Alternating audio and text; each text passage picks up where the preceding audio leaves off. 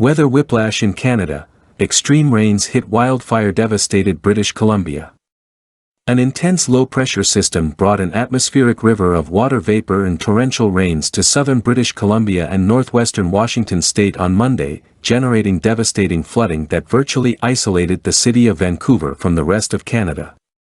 The floods came less than 5 months after the most extreme heat wave in global history affected the same region, fueling destructive wildfires. Flooding and landslides from Monday's storm cut the 3 main highways connecting the city of Vancouver, located on the Pacific coast, with the interior portions of Canada. Damage to some of these highways was extreme and will result in months-long closures. In addition, all rail access to Vancouver was cut by the flooding, with closures expected to last days or weeks. These closures may have significant impacts on the Canadian economy, since the Port of Vancouver is the largest port in Canada and 4th largest in North America.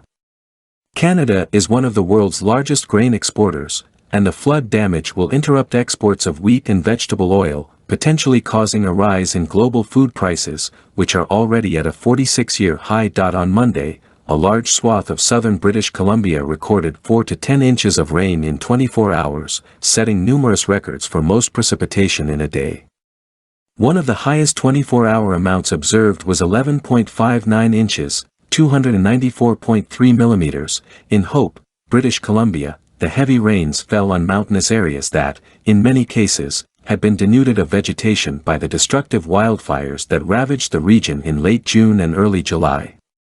These wildfires had been fueled by a record heat wave that brought an insane temperature of 49.6 degrees Celsius, 121 degrees Fahrenheit, to Lytton, British Columbia, the hottest temperature ever recorded in Canada.